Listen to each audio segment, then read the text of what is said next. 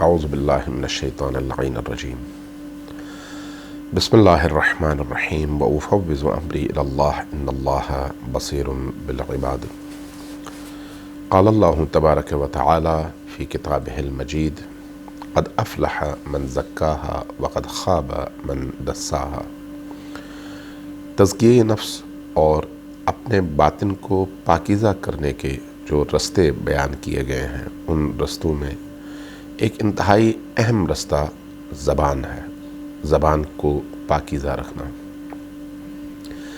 زبان کے بہت سارے گناہ ہیں، ان گناہوں میں غیبت بھی زبان کا گناہ ہے، جھوٹ بھی زبان کا گناہ ہے، تہمت بھی زبان کا گناہ ہے، عفق بھی زبان کا گناہ ہے، گالی بھی زبان کا گناہ ہے۔ اس لیے اخلاقی کتب میں اور علم الاخلاق کے ماہرین نے زبان کو کنٹرول کرنے کے حوالے سے بہت زیادہ تاکید کیا ہے۔ آپ سے کہا گیا ہے، ہم سے کہا گیا ہے کہ ہم کبھی بھی غیبت نہ کریں۔ غیبت کیا ہے اصل میں؟ کسی شخص کی غیر موجودگی میں اس کی پشت پر، اس کے پیٹھ پیچھے اس کے بارے میں وہ بات کرنا جو اس کو ناپسند ہو لیکن اس میں وہ عیب ہو۔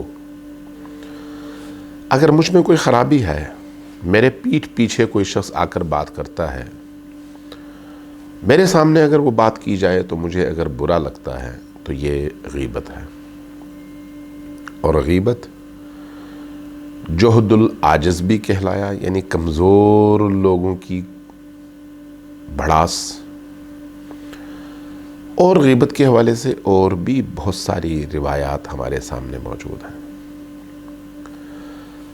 اس لیے غیبت عام طور پر ہمارے معاشرے کا حصہ بن چکی ہے، اور اس طرح سے حصہ بن چکی ہے کہ ہماری زندگی کی روٹین میں، روز و شب میں، جب تک ہم کسی کے پیٹھ پیچھے کوئی ایسی بات نہ کر لیں، نہ ہماری روٹی ہضم ہوتی ہے، نہ ہمارا کھانا ہضم ہوتا ہے، نہ ہمیں چین ملتا ہے۔ اور جب عادت بن جاتی ہے یہ بیماری، تو پھر غیبت سن کر بھی لذت فیل ہوتی ہے، غیبت سن کر بھی انسان کو مزہ آتا ہے۔ پھر جب کوئی بات کی جائے تو کہا جاتا ہے ہم نے غیبت تو نہیں کی، اس میں تو یہ خرابی تھی۔ جب آپ کسی کو روکتے ہیں کہ آپ نے کیوں اس کے پیٹھ پیچھے یہ بات کی، تو کہتے ہیں ہم تو اس کے سامنے بھی یہ بات کرتے ہیں۔ تو کیا سامنے بات کرنے کا حوصلہ جواز فراہم کرتا ہے کہ آپ اس کے پیٹھ پیچھے بھی یہ بات کریں؟ اگر کسی کا کوئی عیب اس کے سامنے بیان کیا جائے اور دوسروں کے سامنے بیان کیا جائے، خود وہ بھی موجود ہو، اور اس کی دل آزاری ہو رہی ہو، تو اس سے دو طرح کے گناہ لازم آتے ہیں، ایک غیبت اور دوسرا توہین، دوسرا دل آزاری۔ دل آزاری الگ گناہ ہے، توہین الگ گناہ ہے، اور غیبت الگ گناہ ہے۔ پیٹھ پیچھے کی جائے تو چونکہ اس کو نہیں پتا، اس لیے اس کی دل آزاری تو نہیں ہوئی، اس کو تکلیف آپ نے اس کے سامنے نہیں پہنچائی، لیکن چونکہ پیٹھ پیچھے کی ہے، اگر اس کو پتا چلے تو اس کو تکلیف ہوگی، اس لیے یہ غیبت کہلائی۔ غیبت کو علماء، فقہا اور شریعت کے ماہرین نے چند شرائط کے ساتھ غیبت کو گناہ مانا ہے۔ اگر وہ شرائط موجود ہیں تو وہ غیبت ہے، اور اگر وہ شرائط موجود نہیں ہیں تو وہ غیبت نہیں ہے۔ اگر کسی شخص کے اندر کوئی عیب پوشیدہ ہے، چھپا ہوا ہے، لوگوں کو نہیں معلوم، آپ اگر اس کے پیٹھ پیچھے بیان کرتے ہیں تو یہ غیبت ہے۔ لیکن اگر اس میں کوئی ایسا عیب ہے، کوئی ایسی خرابی ہے جو سب کو معلوم ہے، تو پھر وہ غیبت نہیں ہے۔ مثلا جیسے آج کے بہت سارے لوگ ہیں جن کے نام اخبارات میں آ جاتے ہیں کہ اس نے فلان کام کیا ہے، فلان کام کیا ہے، فلان کام کیا ہے، خود ان کو بھی معلوم ہے، معاشرے کو بھی معلوم ہے۔ اب اگر یہ بات ان کے پیٹھ پیچھے کی جائے تو یہ غیبت نہیں ہے۔ لیکن کسی نے کسی جگہ چھپ کر شراب پی، آپ کی آنکھ پڑ گئی اور آپ نے دیکھ لی،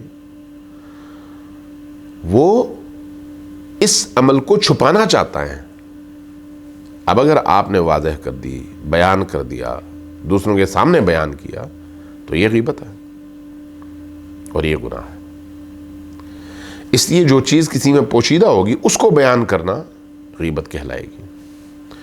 دوسری چیز، وہ جو بات کی جا رہی ہے وہ سچ ہو تب غیبت ہے، جھوٹ ہو تو غیبت نہیں ہے.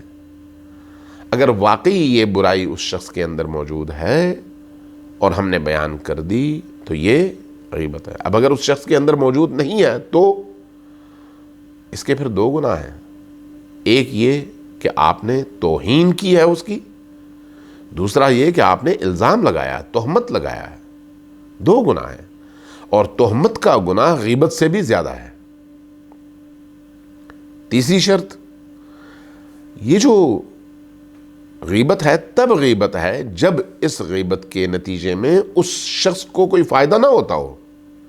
مثلا ایک شخص بیمار ہے، شوگر کا مریض ہے، ڈاکٹر کے پاس آپ لے گئے، وہ چھپ چھپ کے چینی کھاتا ہے، میٹھی چیزیں کھاتا ہے. آپ نے اگر ڈاکٹر کے سامنے یہ بات بیان کر دی تو وہ بڑا ناراض ہوتا ہے. اس حوالے سے تو یہ غیبت ہے. لیکن چونکہ آپ اگر ڈاکٹر کے سامنے بیان کریں گے تو وہ کوئی ایسی دوا تجویز کرے گا، کوئی ایسا رستہ تجویز کرے گا جس سے یہ اس چینی کے اثرات سے بچ جائے، بیماری کے اثر سے نکل آئے. تو چونکہ آپ نے اس نیت کے ساتھ یہ کام کیا ہے اور اس مریض کا اس میں فائدہ بھی ہے، اس لیے یہ غیبت نہیں ہے. آپ اگر اس مریض کے پیٹھ پیچھے ڈاکٹر سے بات کرتے ہیں تو غیبت نہیں ہے. اگلی بات یہ ہے کہ اگر کوئی شخص آپ کے پاس آتا ہے اور کسی شخص کے بارے میں مشورہ مانگتا ہے، میرے ہاں اس کا رشتہ آیا ہے، آپ یہ بتائیے کہ اس کو رشتہ دینا کیسا ہے، کیا وہ اچھا آدمی ہے یا برا آدمی ہے. اس صورت میں چونکہ اگر آپ نے خاموشی اختیار کر لی اور مجھے نہیں بتایا اور کہیں میرے گھر اس فرد کا رشتہ ہو جائے تو اس سے ایک پوری فیملی کو نقصان ہو سکتا ہے. اس لیے اس نقصان سے بچنے کے لیے اگر آپ نے اس کا عیب میرے سامنے بیان کیا تو یہ غیبت نہیں ہے. اسی طرح سے جس کی غیبت کی جا رہی ہے اس کو میں جانتا ہوں گا تو تب آپ میرے سامنے اس کے بارے میں بات کریں گے تو یہ غیبت کہلائے گی. لیکن اگر کوئی ایسا فرد ہے جس کو میں بالکل نہیں جانتا اور آپ نے اس کی برائیاں میرے سامنے کر دیں تو یہ غیبت نہیں ہے، چونکہ میں جانتا ہی نہیں ہوں اس کو. اسی طرح سے ایک اور شرط یہ ہے کہ وہ مومن ہو. مومن کی غیبت غیبت ہے اور گناہ ہے، لیکن اگر مومن نہ ہو تو غیبت نہیں ہے. کسی مشرک کی، کسی غیر مسلم کی، کسی اللہ کے دشمن کی اگر آپ برائی بیان کرتے ہیں تو یہ غیبت نہیں ہے. اور ایک اور بات، اب اگر کوئی شخص کوئی گناہ کرتا ہے، کوئی برائی انجام دیتا ہے اور وہ برائی چھپاتا بھی نہیں ہے، خود بوتل ہاتھ میں لے کے پھرتا ہے کہ میں تو شرابی ہوں، خود مختلف محفلوں میں بیان کرتا پھرتا ہے کہ میرا کردار تو ایسا ہے، میں شہوانی جانور ہوں، ایسی صورت میں اگر آپ اس کی وہ برائی دوسروں کو بتاتے ہیں تو یہ غیبت نہیں ہے، چونکہ اس کا گناہ علانیہ ہے، چھپا ہوا نہیں ہے. لہذا غیبت کے حوالے سے ضروری ہے کہ ان شرائط کا لحاظ کیا جائے. اگر ان شرائط کا لحاظ کیا جائے تو پھر انسان غیبت سے اپنے آپ کو بچا سکتا ہے اور اس کے شر سے، اس کے نقصان سے خود کو محفوظ رکھ سکتا ہے. قرآن کریم نے غیبت کے حوالے سے بڑا سخت رویہ اختیار کیا ہے، بہت ہی سخت. فرمایا لا یغتب بعضکم بعضا، تم میں سے بعض دوسرے بعض کی غیبت نہ کریں.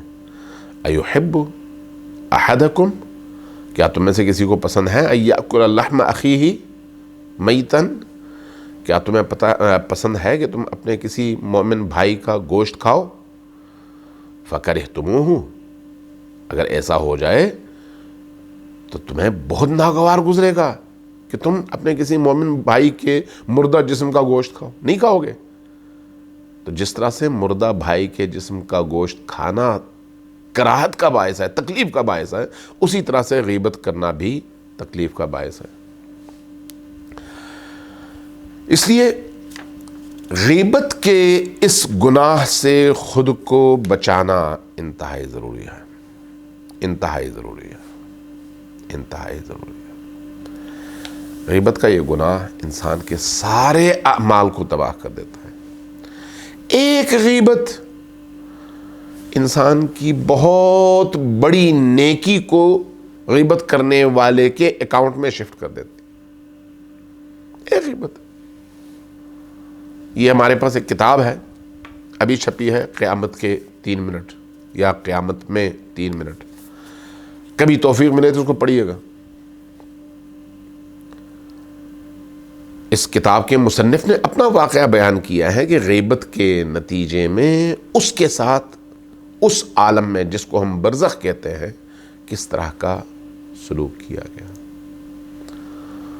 آیت اللہ العظمیٰ مرحوم بہاؤالدینی فرمایا کرتے تھے کہ انسان اس دن کتنا پشیمان ہوگا جب اس کے ایک چھوٹے سے عمل کی وجہ سے، جس کو اس دنیا میں وہ بہت چھوٹا سمجھتا تھا، اس کی زندگی کی بڑی بڑی نیکیاں دوسرے کے اکاؤنٹ میں شفٹ ہو جائیں گی اور اس کا اکاؤنٹ خالی ہو جائے گا، اور اس سے کہا جائے گا چونکہ تم نے اس شخص کی غیبت کی تھی اس لیے تمہاری یہ ساری نیکیاں ادھر شفٹ ہو گئی ہیں، اب تم جاؤ جہنم، اکاؤنٹ تمہارا خالی ہے۔ کتنا زیادہ پریشان کن وہ دن ہوگا۔ اللہ تبارک و تعالی ہمیں غیبت کے تمام آفات اور منفی اثرات سے محفوظ فرمائے اور ہمارے گناہوں کی بخشش فرمائے۔ والسلام علیکم ورحمۃ اللہ۔